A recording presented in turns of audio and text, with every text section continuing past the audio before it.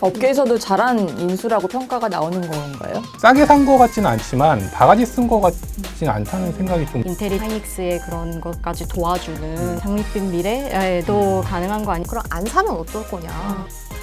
오늘은 SK 하이닉스를 준비했는데요. 오전에 한 뽑기에서 저는 안 산다! 저는 산다를 오랜만에 뽑았어요. 삼성전자에 이어 지원군을 자처해주신 두 게스트 모셨습니다. 예, 안녕하세요. 저는 산업부 황정수 기자입니다. 전자기업들 담당하고 있습니다. 안녕하세요. 저는 증권부에 있는 고재현 기자라고 합니다. 20일에 인텔의 낸드 사업부를 약 10조 원에 인수하겠다고 발표를 했죠. 그래서 그 인수 효과가 어떻게 되느냐, 왜 인수를 했느냐. 그러니까 하이닉스가 D램하고 낸드 플래시가 주력 사업인데 그 D램 점유율은 30.1% 정도 될 겁니다. 세계 2위고요. 낸드는 한 11% 정도, 세계 5위 정도 되거든요. 그러니까 D램에 비해서 낸드 플래시 그 경쟁력이 좀 약하다고 스스로 많이 판단을 하고 있었어요. 하이닉스 사람들도. 하이닉스 입장에서는 낸드 플래시가 좀 아픈 손가락 이런 좀 의미였거든요.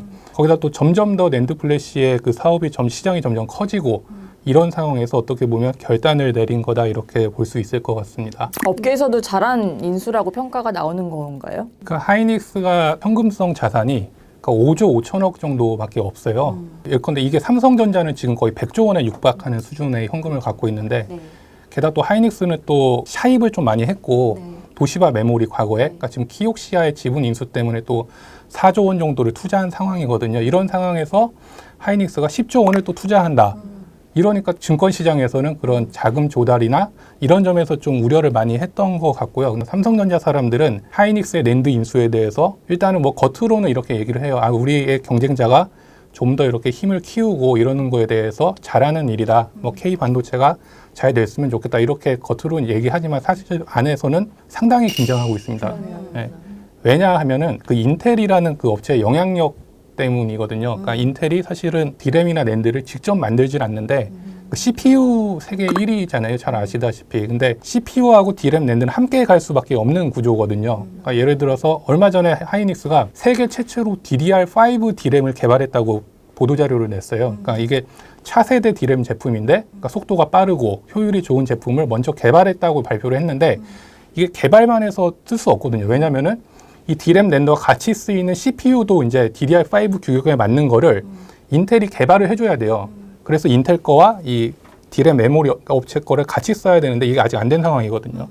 근데 결국 그러니까 이 제품의 시장성을 높이는 건 인텔 손에 달린 건데 인텔과 이렇게 가까워졌다. 하이닉스 CEO께서 또 인텔 출신이잖아요. 인텔에서 1년에 기술 성장에 기여한 뭐 그런 기술자 딱 한 명한테 주는 상이 있어요. 그거 인텔상을 3번 받으신, 인텔에서는 사실 되게 승승장구하시던 분이시죠. 업계에서 나오는 얘기가 사실 인텔의 그 사업부를 단순히 돈만 있다고 인수할 수는 없거든요. 그쵸. 사실 그 욕심을 냈던 업체들도 분명히 있었을 테고 중국 업체들은 오히려 더 욕심을 냈을 테고 우리나라 그 하이닉스보다.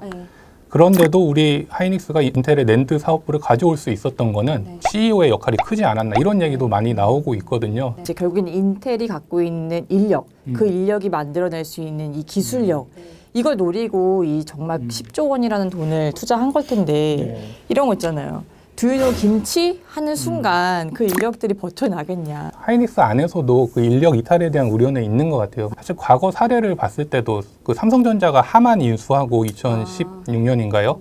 그리고 데이코라는 그 생활가전 업체를 고급 업체를 인수했는데 그게 뭐 잘 알려지지는 않았지만 삼성이 인수하고 나서 많은 인력들이 빠져나갔다는 소문이 돌았거든요. 그러니까 요번에 그 인텔 인수할 때 그 중국에 있는 다렌 공장도 인수를 하기로 했어요. 낸드를 만드는 공장인데 아까 말씀드렸듯이 인텔은 플로팅 게이트 방식으로 그 다렌 공장에서 제품을 만들고 있고 하이닉스는 CTF 방식으로 만들고 있기 때문에 장기적으로는 하이닉스가 돈을 더 이렇게 투자를 해야 되는데 그 돈이 만만치 않을 거다. 이런 얘기가 경쟁업체 쪽에서 나오고 있습니다. 그러니까 약간 그 이원 인수에 대해서 어떻게 보면 좀 무리했다고 이렇게 얘기를 하는 건데 그러니까 10조 원의 인수를 했지만 앞으로도 들어가야 될 돈은 어쨌든 장기적으로 또 몇 조 원의 돈이 더 들어갈 수 있기 때문에 그런 점은 좀 부담이지 않을까.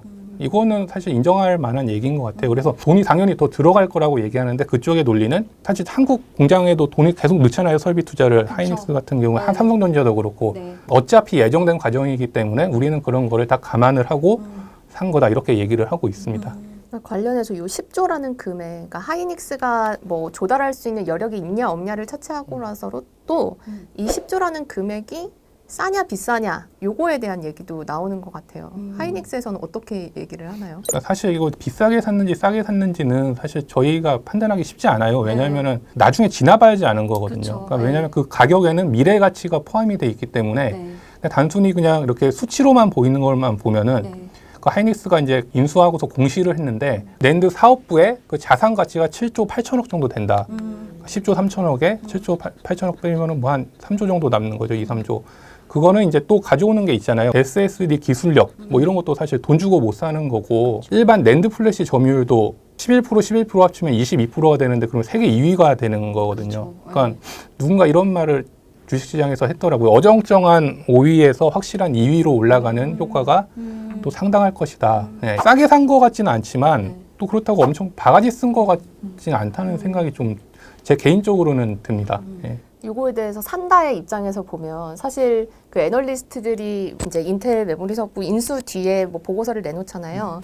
그럼 싼지 안 싼지는 모르겠다. 아니면 혹은 비싸게 샀다고 하더라도 가정하더라도 그럼 안 사면 어떨 거냐.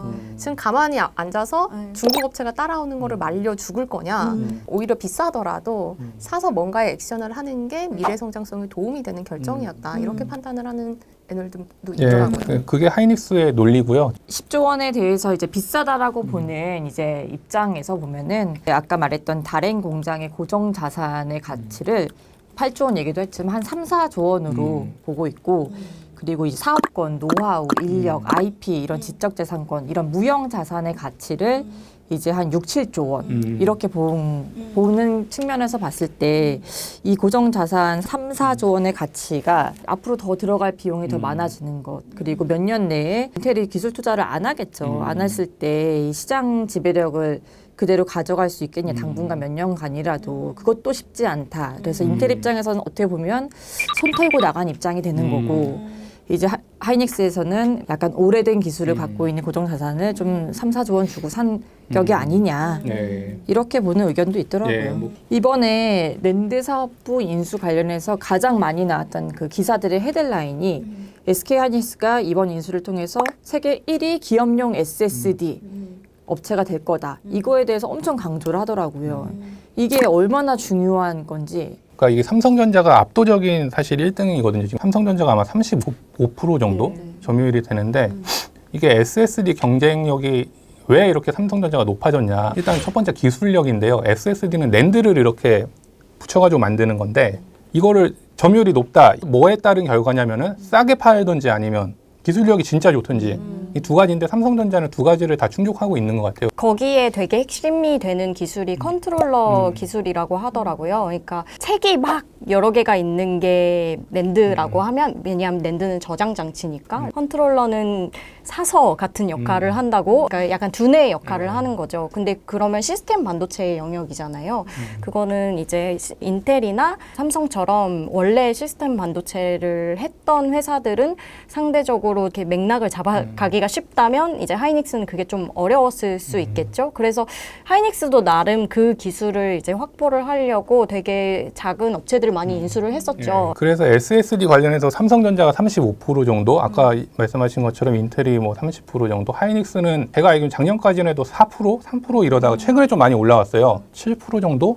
아, 10%가 안 네, 되죠. 10%, 7, 8% 정도 되는데 SSD가 왜 중요하냐에 대해서 말씀을 드려야 될 텐데 SSD 종류가 되게 많아요. 저희 같은 사람들이 그 갖고 다니는 네모난 그런 저장 장치도 SSD고 뭐 노트북에도 들어가고 하는데 이 SSD는 그 서버에 들어가는 거거든요. 그러니까 클라우드네요. 클라우드죠. 클라우드. 그러니까 아마존, 구글, 뭐 마이크로소프트 이런 업체 큰 글로벌 기업들이 자기네들 데이터를 이렇게 보관하고 이렇게 하는 장치인 서버 전 세계적으로 막 엄청나게 짓고 있거든요, 지금.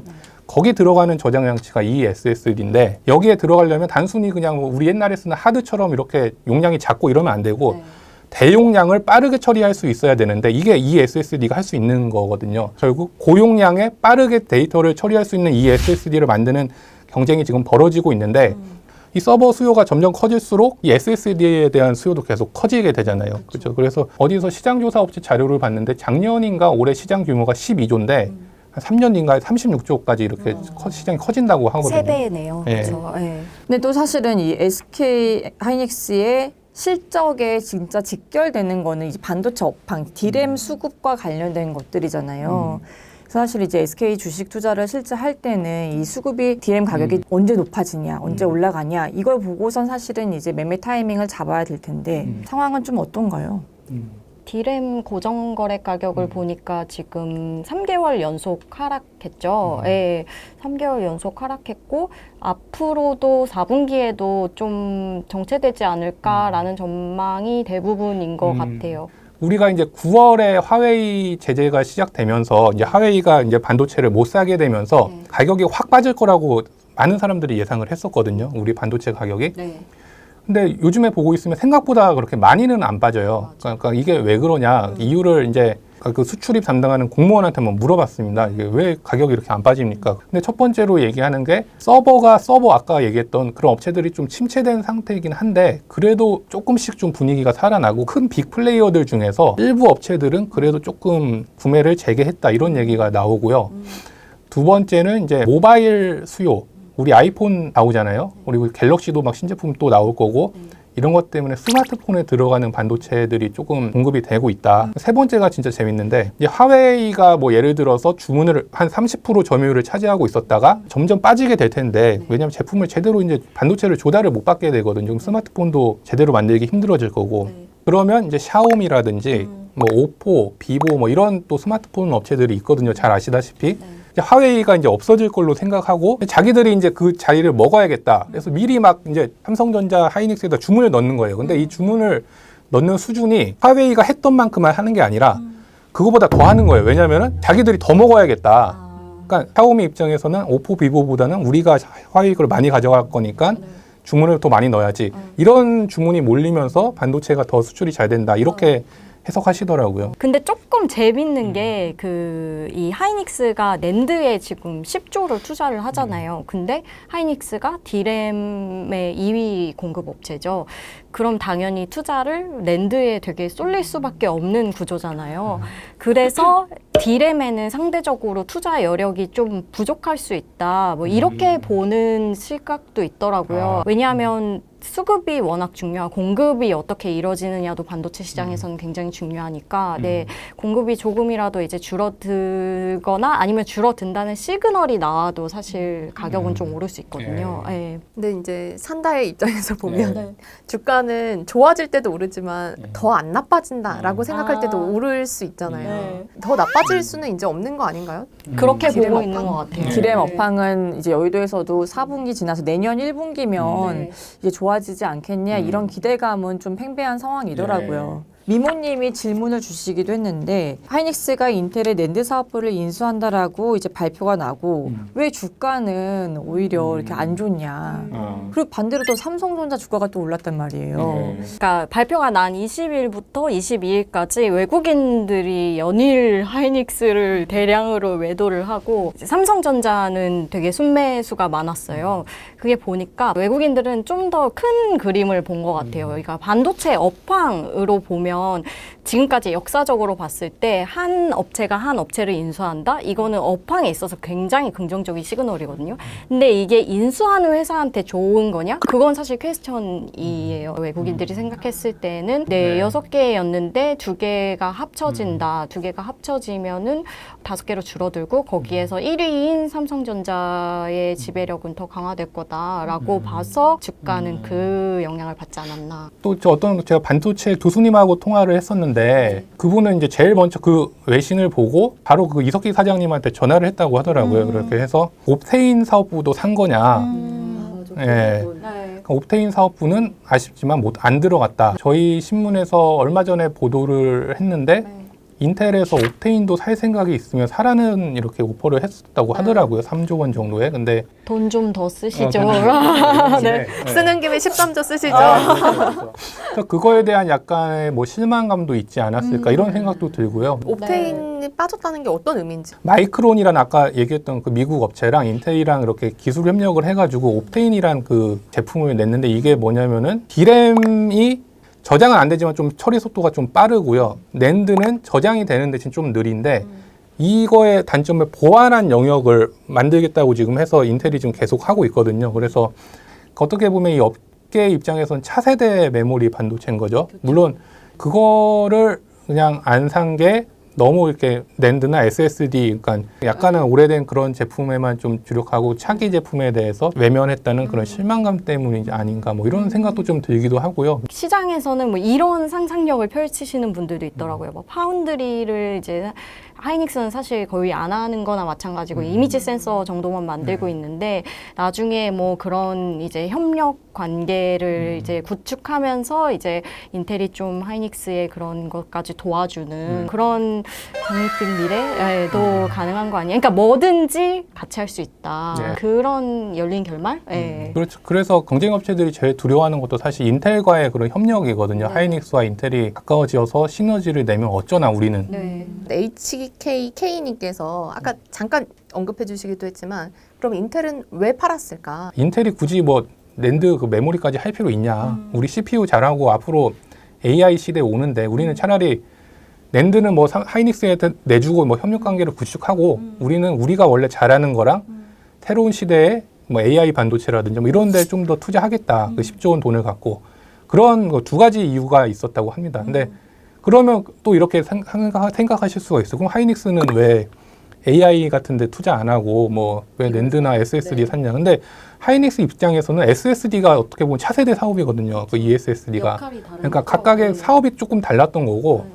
그러니까 하이닉스의 주력 사업이었고 인텔의 비주력 사업이었는데 이걸 하이닉스가 받으면은 좀 더 경쟁력이 높아지고 인텔 입장에서는 다른 데 투자해야 되는데 지금 약간 장사가 뭐 쉽게 말해 잘 안 되는 상황이었고 예전보다. 그러니까 이거 팔아서 그럼 10조 갖고 우리는 그 잘하는 거랑 새로운 사업에 투자하겠다. 이거 맞아 떨어진 거죠. 어떻게 보면은. 반도체 산업 전체로 보면 되게 효율적인 뭔가 의사 결정으로 보이네요. 예. 서로 잘하는 거, 네. 서로 차세대 먹거리에 집중하자 어, 뭐 어, 이런 어. 차원에서. 예. 그럼 저희 이제 한 줄 요약으로 네. SK 하이닉스를 지금 살까 안 살까를 좀 정리를 해볼까요? 어. 안 산다 입장에서 보면 기업은 살기 위한 선택이지만 그 부담은 주주 몫이다. 그래서 안 산다. 돈 너무 많이 썼다. 돈도 너무 많이 썼고 이 인수 불확실성까지 끌고 가야 된다. 사실 하이닉스가 세계 2위 낸드 플래시 업체고 세계 1위 SSD 업체가 된다는 거는 어떻게 보면 상당한 의미가 있다고 보거든요. 그래도 이런 미래 성장성에 비해서는 좀 주가가 아직까지 좀 낮은 게 아닌가. 그래서 중장기적으로 뭐 보유하고 있어도 나쁘지 않. 뭐 몰빵하라는 말씀이 아니고요. 그 하이닉스 CEO인 이석기 사장을 믿는다. 네. 사장님 보고 아니 근데 계신가요? 보통 애널리스트 리포트에서 중장기 나오는 순간 까리한 거거든요. 근데 여기 중장기를 계속 말씀하셔서 빠져나갈 구멍 이게 약간- 같아요. 그래서 그래서 하이닉스를 저는 뭐 믿기 때문에 괜찮을 것 같습니다. 한번 믿어보셔도 나쁘지 않을 것 같습니다. 저도 비슷한 입장인데 내년에 이제 퓨어 반도체 시대가 온다. 반도체 담당 애널리스트들한테 여쭤보면 늘 지금은 뭐 삼성을 사는 게 나은 시기, 하이닉스 사는 게 나은 시기 뭐 이런 게 있더라고요. 그러니까 예를 들어 반도체 업황이 막 살아나기 시작하는 시즌에는 순수 반도체인 이제 하이닉스를 사는 게 더 주가 상승에 좋고 왜냐하면 삼성은 이제 뭐 다른 것들이 같이 있으니까. 근데 내년에는 메모리 반도체가 분명 좀 지금보다 업황이 나아질 것 같고 그때 주가 상승 막 한 방에 이렇게 가지 않을까라는 생각에서 네 저는 산다. 네. 2017년, 2018년 그 반도체 슈퍼 사이클 때 삼성전자보다 SK 하이닉스의 그러니까 SK 하이닉스는 퓨어하게 반도체만 있으니까 반도체의 업황의 수혜를 네. 가장 직접적으로 그쵸. 받을 수 있는 주식이잖아요. 네. 그때 그래서 하이닉스가 2위 시총 2위로 올라선 거고 그래서 메모리 업황이 이제 더 나빠질 수는 없다. 그러니까 저의 한 줄 평은 메모리 업황 더 나빠질 수는 없다. 퓨어한 하이닉스가 간다. 이렇게 정리하겠습니다. 항상 월요일 퇴근길에 주식 썰전과 함께 해주세요. 다음 주에 만나요. 제발.